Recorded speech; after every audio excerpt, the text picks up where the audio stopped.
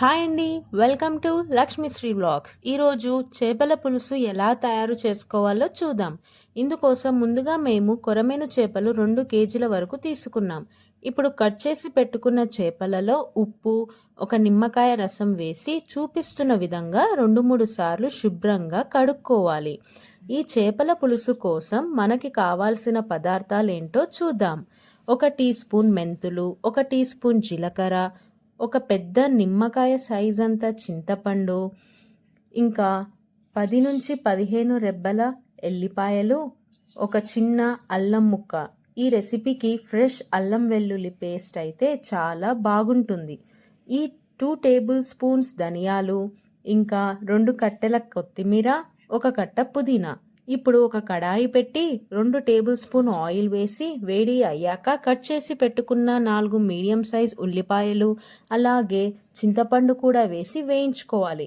ఆ మిశ్రమాన్ని మిక్సీ జార్లో వేసి 100 గ్రాముల కాల్చిపెట్టుకున్న ఎండు కొబ్బరి ముక్కలు, మెంతులు, జీలకర్ర, 2 టేబుల్ స్పూన్స్ కారం, 1/2 స్పూన్ పసుపు, రుచికి సరిపడ కళ్ళ ఉప్పు వేసి మెత్తటి పేస్ట్ లాగా చేసుకోవాలి. స్టవ్ మీద మందపాటి గిన్నెలో 2 టేబుల్ స్పూన్ ఆయిల్ వేసి ఆవాలు, 4 టమాటాలు వేసి ఇదివరకు మనము మిక్సీ పెట్టుకున్న మిశ్రమంలో వేసి ఆయిల్ పైకి తేలే వరకు వేయించుకోవాలి.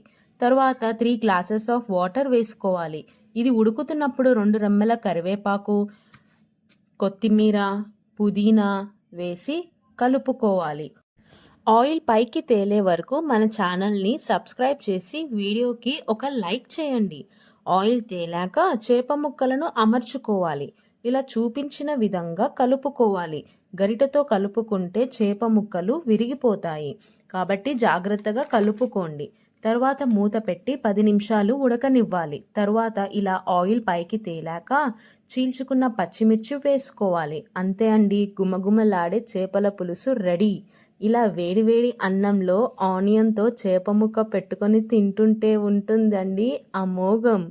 ఈసారి మీరు కూడా ట్రై చేసి ఎలా కుదిరిందో కమెంట్ చేయండి. Thank you. Please like, share, comment.